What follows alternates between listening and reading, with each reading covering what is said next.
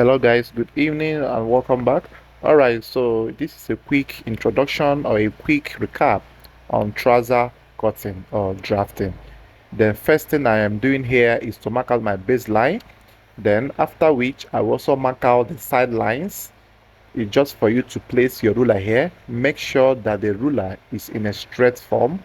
Mark out the lines all across this way. Right, make sure it's properly marked out. So once you mark out all these lines in this form, now the next thing to do is to mark or apply 2 inches for your hemming or for the folding. Then once you are done marking this, just mark 2 inches here, right? It's a constant for your folding, which is not part of your trouser length. 2 inches there. Then rule the line in this form, rule it out in this form. Then after this, you now apply your customer's trouser length from that 2 inches. So which the length I have is a length of 39. So from there, you apply 39 inches there, right? 39, 39 inches. You apply 39 inches there, and then you mark that way. Now, there's no need to deduct the band of the customer, which I will explain as we proceed. Then from there, you get your crouch. Now, there are different methods of getting crouch, but then the method we're using here will be hips measurement of your customer divided by 4. You will have the value. Then consider the, you have to check if the length is up to 39 inches and above. Then if it's not, you minus half inch. So the hips I have here is a hip of 49, which is 12 1/4. But because of the fact that I want to make it a bit fitted, I just use 12. You can still use 12 1/4, which will still be okay for your customer. Then on this line, I will now apply the 12 1/4, which is the real hips over 4. Then add extra 2 inches there, which is the normal inch you need to add, right? So after that, you go to the waist, divide the waist by 4, and then add extra 1 inch to that. Then from there, connect the 1 inch allowance on the waist to the real hip in this form. You have the line coming in this form. Then after that, come up here by 2 inches. Come up here by 2 inches and then come up in there by half an inch. Then use your pattern master or your whatever pattern curve you have. Make a curvy connection from that point. Then after which, the next thing to do is to locate your knee point, right? So from your waist to knee is always 22, 23, 21 and a half, depends on the length, or you can still measure from the crotch depth to the ankle line, divide by 2, then come up by 3. So whatever answer you have will still give you the same value as your waist to knee or crotch from the crotch distance to the ankle line, divided by 2 minus 3, you have a value, right? So having said that, then I have indicated where my knee falls. Then I will come in here by 1.5 on the ankle for the fitting, right? Come in there by 1.5 for the fitting, and then make sure you rule this line in this slanted position, right? In this form, rule the line in this form.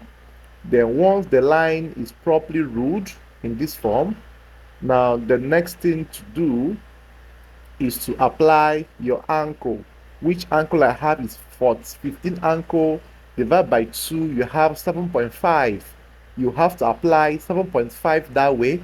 Don't add anything on the ankle, right? Then after that, the next thing to do is to connect the 2 inches allowance on the hip line toward the line that come up on the ankle. Then make sure you connect as shown, right? It must be well connected. Then come down there by half an inch, which serves you for your waist slope or waist slanting. You can make it curvy or you can make it straight.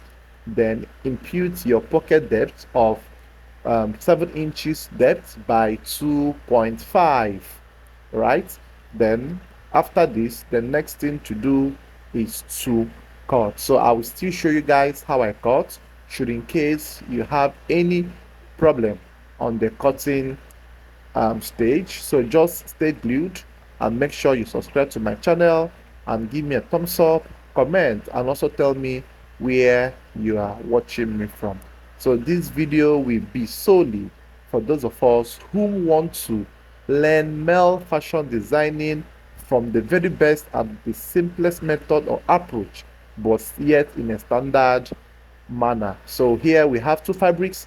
Then it's now time for me to cut the back. Then I had to turn the fabric, the trouser this way in order for the hip area to be properly taken care of, right? Then from here, I will just adjust the trouser panels to make sure it aligns properly.